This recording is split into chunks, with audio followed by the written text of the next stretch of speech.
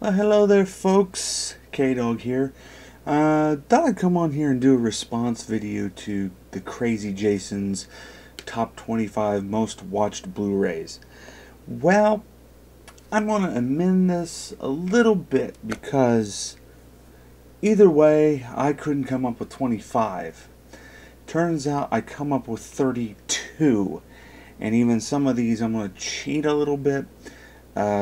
No matter how I would slice it, it would be an odd number.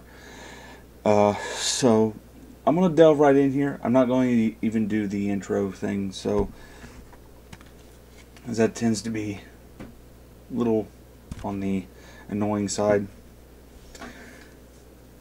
First one, I'm going to have to say 300, the Blu-ray Digibook edition, the complete experience.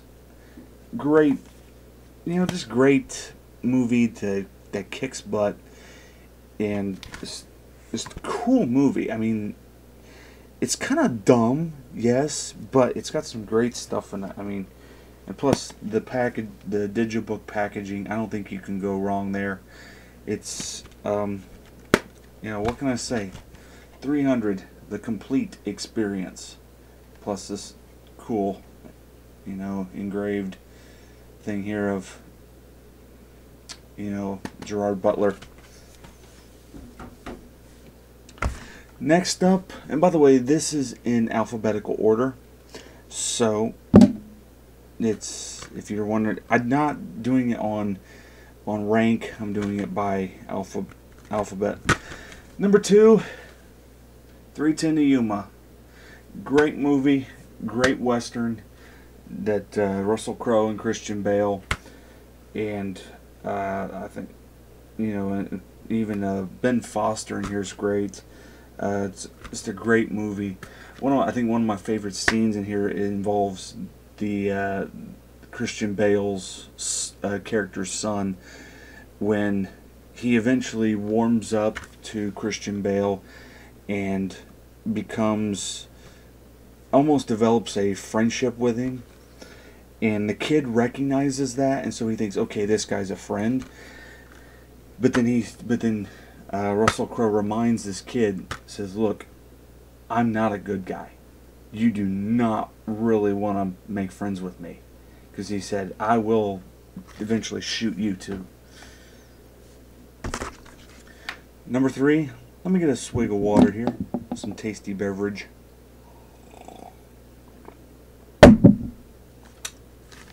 Number 3, the A-Team. I know it's kind of cheesy, but definitely the opening sequence makes me laugh with, where they find Murdoch and all that stuff. The scene where he drops the air conditioning unit, or he hits the air conditioning unit with a helicopter and pancakes the van. That's great. Number 4, now this is my first cheat, is Band of Brothers. I can pick out any episode of Band of Brothers and watch it, like right now. I mean, it was a great TV miniseries. Yes, I still keep this slip thing on just to protect the back, and plus it's got the credits and stuff like that on it. I don't have a specific favorite episode. I kind of look at it as one big story, as it really is. Let's see, number 5, the Diamond Edition to Disney's Beauty and the Beast. I remember seeing this in the theater when it originally played, when I was about 7 years old. And of course, when it came, I missed the chance when it came out on DVD. DVD to me and my family was still pretty new, and so we thought it was kind of pricey. Well, now we're upgrading to Blu-ray, and they're still quite pricey. We have Beauty and the Beast, the Diamond Edition, loaded with features. There's a great making of documentary on here that I can't I can't express how well made it's done, and it's probably the first of its kind. It's completely interactive documentary where you can actually break away from the documentary to learn more facts about things. Number 6. It's one of my personal favorite Pixar movies. It's a lot of people don't like this one, but it's Cars, the first Cars. I like Cars 2. I do have some problems with it, but this is the best one.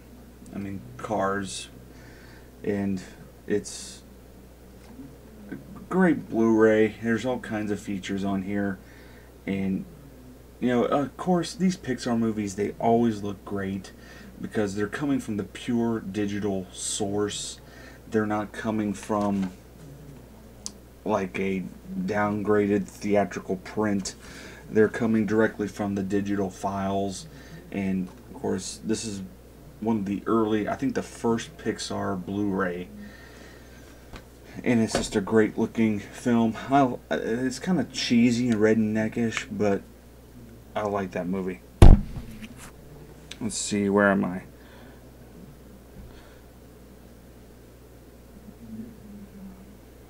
Number 7. I had to take time to count. Number 7 is the 30th anniversary edition to Close Encounters of the Third Kind. Great edition. Even I had the DVD version of this prior to this, which for DVD it was pretty good, but even Blu-ray, for Blu-ray it's even better. It has all 3 cuts on one disc. It has a huge documentary, like 2-hour documentary that was made back in 1997 with Spielberg and cast members.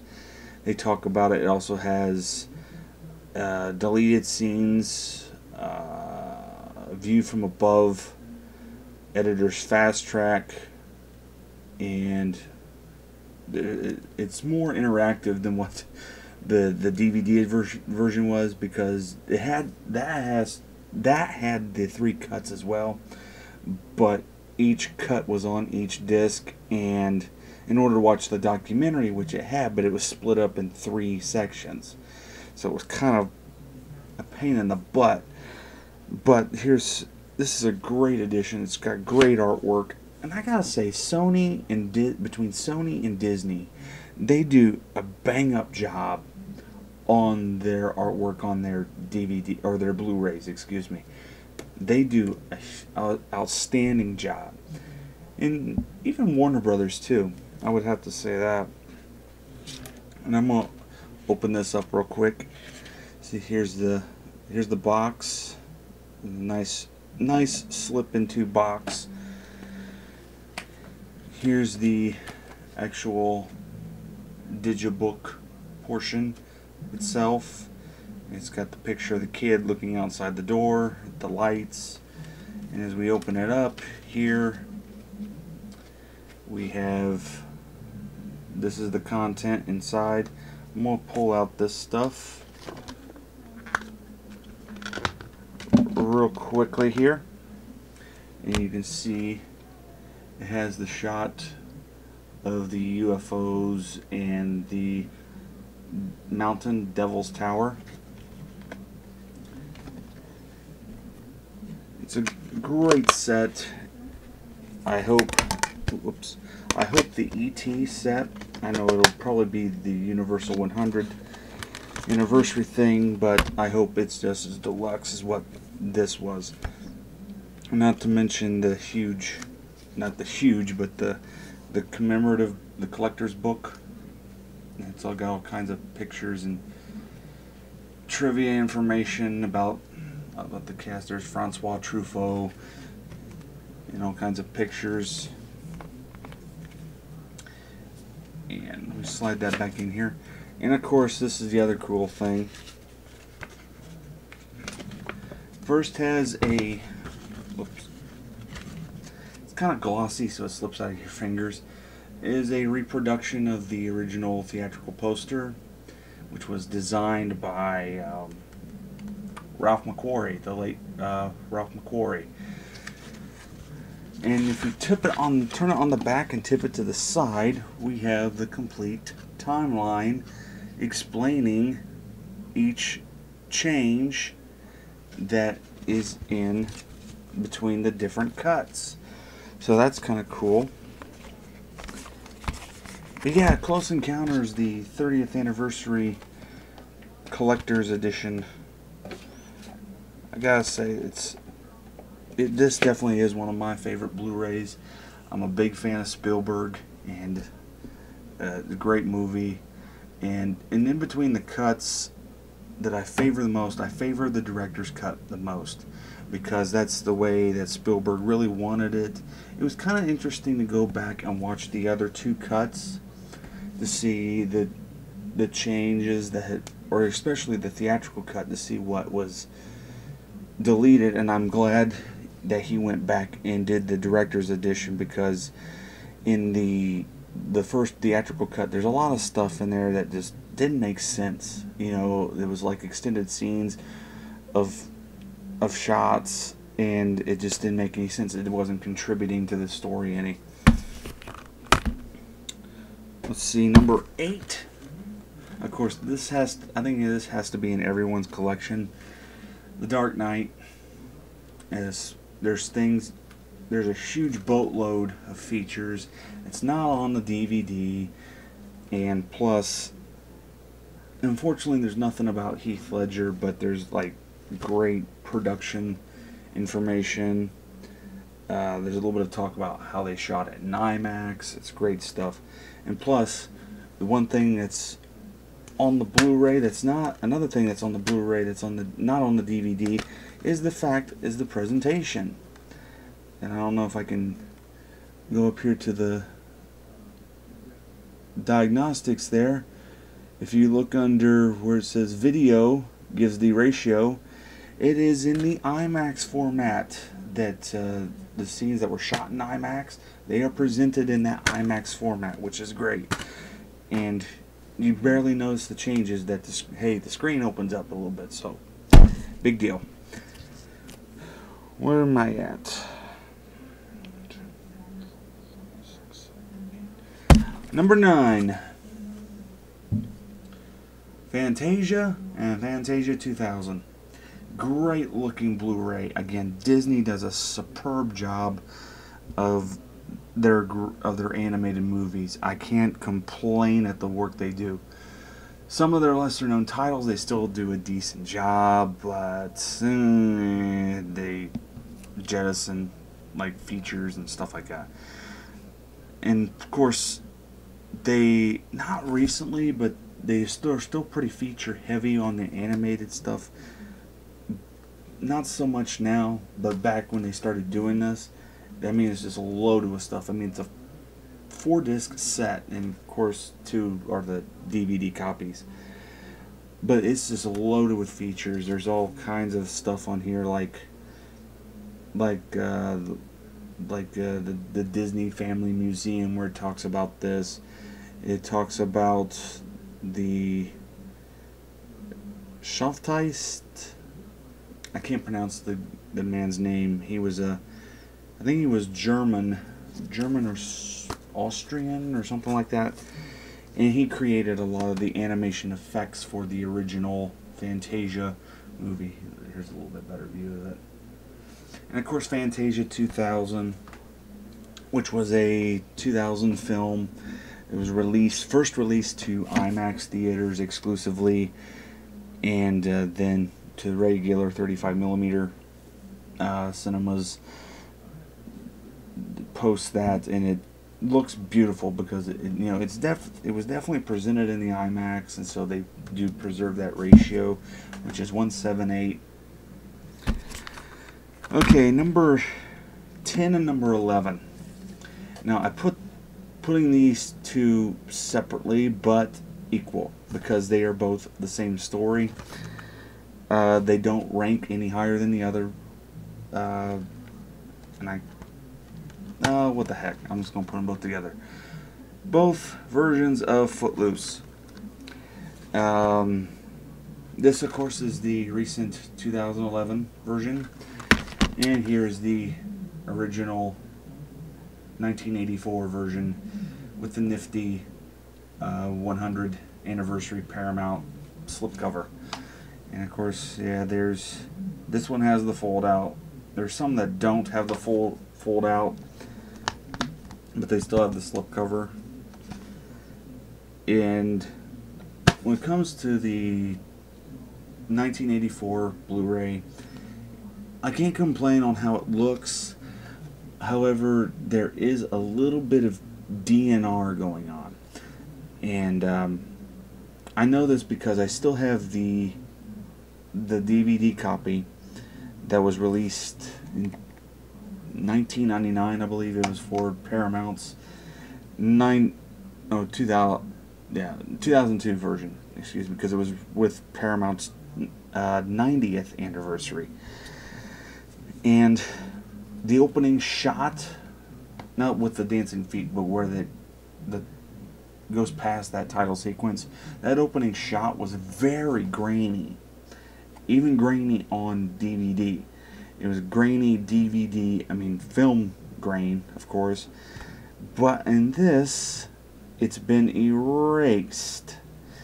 So I didn't.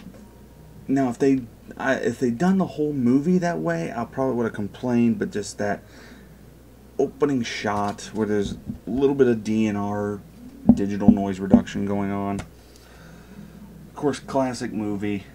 I mean, great movie. Now, when it comes to the 2011 version, it's the same story pretty much. There's just a few things that's updated. Instead of the kid actually having a cassette tape, the cassette tape deck in the car, he rigs it up to where he plays his iPod, and it's a little bit more country. The music is going for a country soundtrack as opposed to the original, which was more rock and pop. But same story. There's few differences. I'm not going to reveal them to you. You gotta watch them. Number 12, and I never thought I would like this, but this really surprised me when it came out, especially from the man who made it, because we're not used to seeing this kind of movie product come from this man, and it's Martin Scorsese's Hugo. You know, for once, Martin Scorsese did a kids film, and it is a good family film. I've heard it's even good in 3D, but I have the 2D version because I do not have the 3D TV or the 3D Blu-ray player. But it's got, you know, you can definitely tell Martin Scorsese has a love for the movies, and he wanted something, according to the documentary, he wanted something that his 12-year-old daughter could watch, because most of his movies his 12-year-old daughter can't watch, and he definitely wanted something that he could show his daughter, and that was kind of a love letter to her, what his interests are, and great storytelling of, you know, the movies. Okay, where am I at? Number 13, and I've got to include Inception. This has the lenticular art thing going on. Great movie. You know, I think pretty much everyone's seen this Christopher Nolan flick. Number 14, the Diamond Edition to The Lion King. Again, it's loaded with features that looks great. The only problem I have with this is, and I'm keeping my Platinum Edition DVD, is because none of the Platinum Edition DVD features are included in this. I think they are to a point, but it's BD Live features only, and it's kind of tough for me to get to the BD Live material. But yeah, it's the great movie. I saw it in 3D. I thought it looked great in 3D, and of course the Blu-ray, it looks great. I mean, it looked like it was made yesterday. Number 14. We'll get into some more westerns with the Digibook edition of The Outlaw, Josey Wales. One of my favorite Clint Eastwood movies, I'd have to say. And it's very, for a PG rated movie, this is very grim. But I like the fact that it's the man who's got the attitude, and he's got a well-deserved attitude. When somebody kills your family, you want to take it out on every single person that comes to mind. But Josey Wales is a great movie, great western, and even the Digibook edition here gives, has some quotes, has some pictures, and it has a little bit of production notes. Then we get into all about the Clint Eastwood westerns on the side here. Ones that he's starred in or directed, beginning with Rawhide, and which was a TV show, and ending with Unforgiven.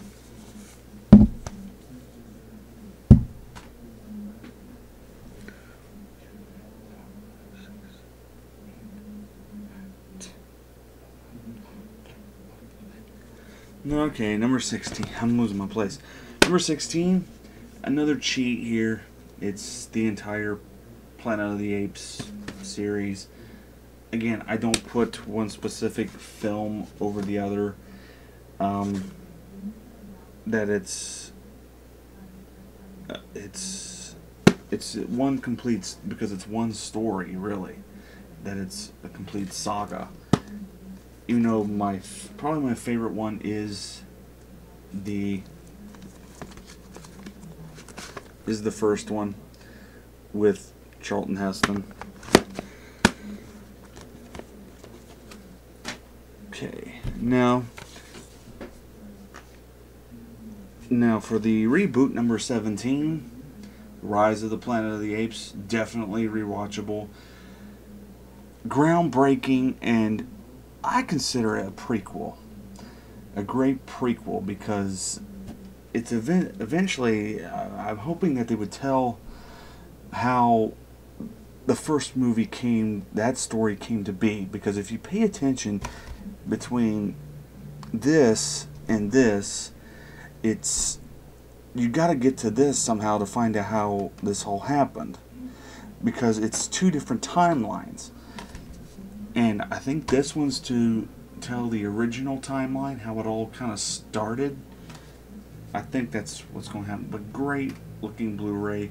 Andy Serkis does need to be recognized at some point of being given an Oscar for something, because I think they should open up a new category of best performance by a digital character. That's what I think it should be called, with Andy Serkis providing the motion and the performance. I think I'm on number 18. Who cares? But it's last year's Real Steel. I thought this was better than Transformers last year. I'm sorry, Transformers, the third Transformers, is the dollar amount does not matter. The story matters. And plus, great effects. Even though I'm a fan of ILM, this was actually done by Digital Domain, who did do some shots for Transformers. This is a much better story. It's a much better movie. And some friends of mine were talking about this, and it is what was described in here by the critic Pete Hammond of Box Office Magazine. it's Rocky with robots. True, but a friend of mine reminded me that it's actually a little bit of a remake of another Sylvester Stallone movie called Over the Top, because of the father and the son story, because it's very similar to that, where he has the kid driving the kid all around the country. Number 19, I think this is another one that needs to be in everyone's collection, and it's The Road. And of course, this is a blockbuster release or purchase, and that's why I put it in the Blu-ray case. But I didn't know that they didn't have the blue bar. But great movie. Even got some artwork. And again, another Sony release. Sony tends to put artwork on the inside. I mean, just a great movie. Even though it's end of the world, it's doom and gloom, but it's a great story about hope and survival. This one I may get some laughs on. Number 20. 19 or 20. I've lost count, folks. It's Scott Pilgrim versus the World. Great cheese, and it's just a fun movie to watch. I mean, it's not a whole lot to it, but just fun to watch. Scott Pilgrim versus the World. Next up, Stand By Me. And a well done job on this 25th anniversary edition. I think this is one of these movies that if you're a young kid, you need to watch. I would actually, even though it's R-rated, I would treat it as a PG-13. There is a few drops of the F-bomb in it, but there's nothing in it that would really cause a problem, I don't think. Again, there's some nifty artwork in there.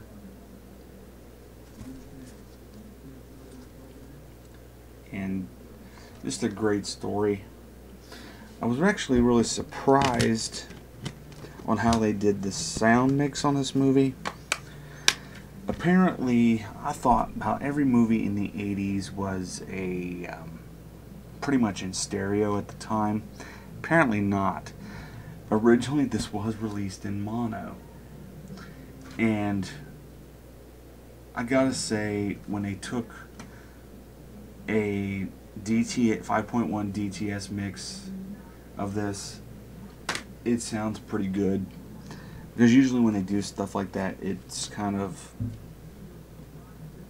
the sound mix is kind of murky. Let me get another swig here.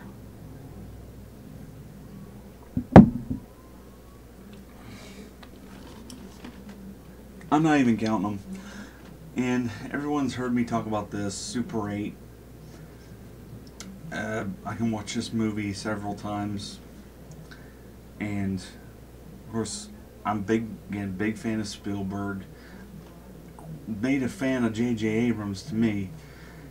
And, of course, it's got a great number of features on here. I'm talking about casting the kids, about actually there's actually an interactive feature on here about how they did the train crash. I mean, only 2 hours of bonus features. Speaking of J.J. Abrams, I think you have to have Star Trek in your collection if you're a big fan of his. One of the best movies I think he's ever done. And, yeah, it rebooted my interest of Star Trek in my mind. Yeah, but the Abrams, I call it Abrams Trek, but it belongs in the Star Trek vocabulary. Speaking of which, next two. Now I don't have the complete film series sets. Those are just, I think they're a little overpriced.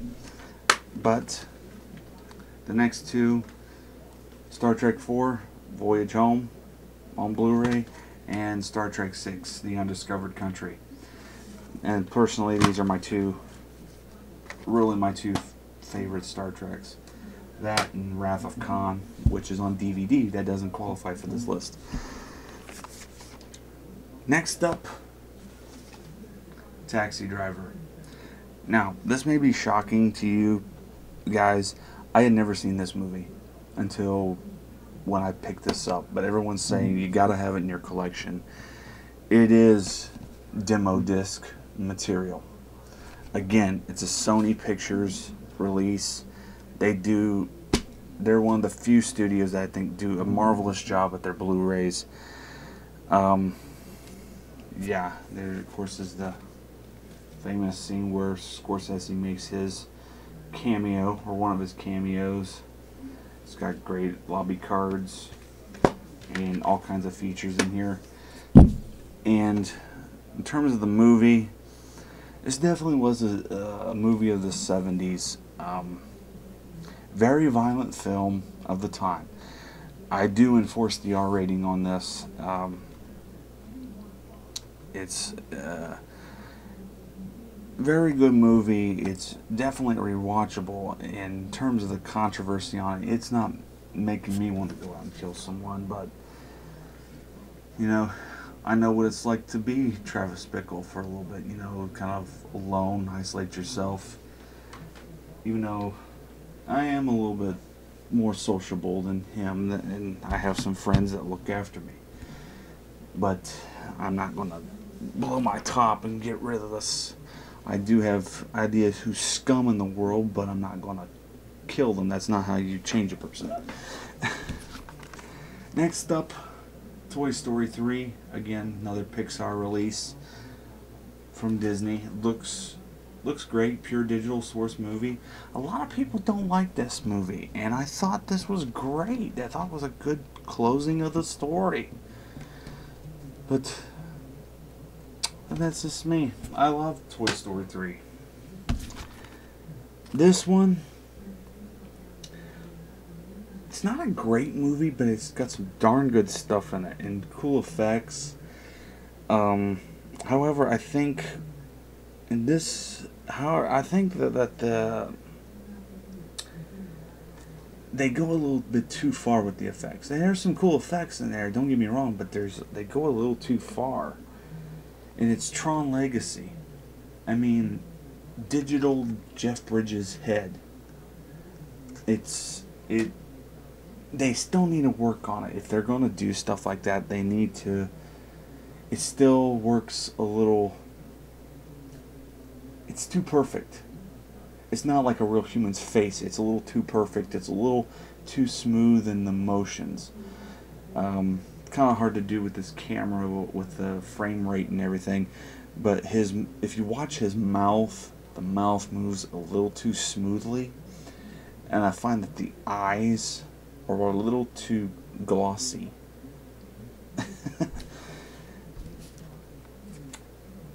And speaking of Jeff Bridges, the next two, I have the remake of True Grit and the original True Grit.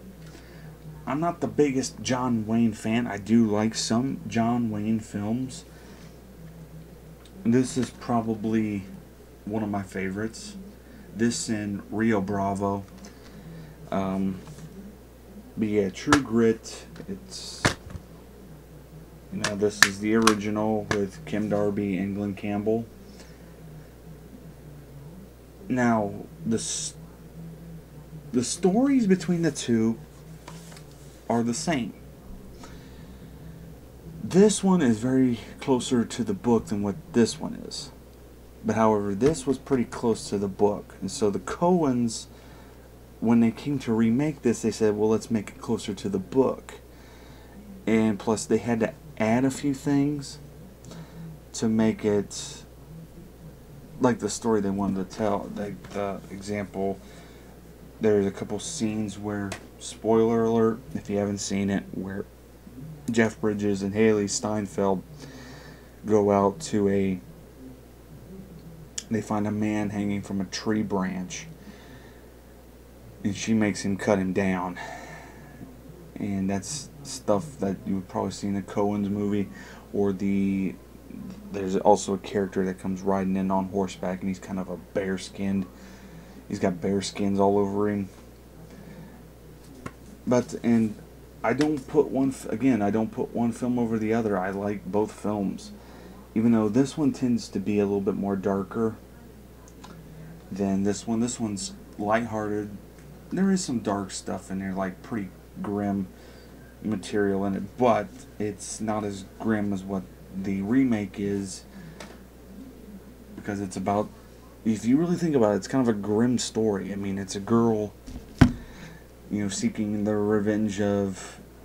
vengeance on the death of her father, and she's willing to kill the man. Not a lighthearted story. But moving right along, down to my last two here. Another Clint Eastwood movie, Unforgiven. Looks pretty good on Blu-ray, and plus it's got the cool digibook again.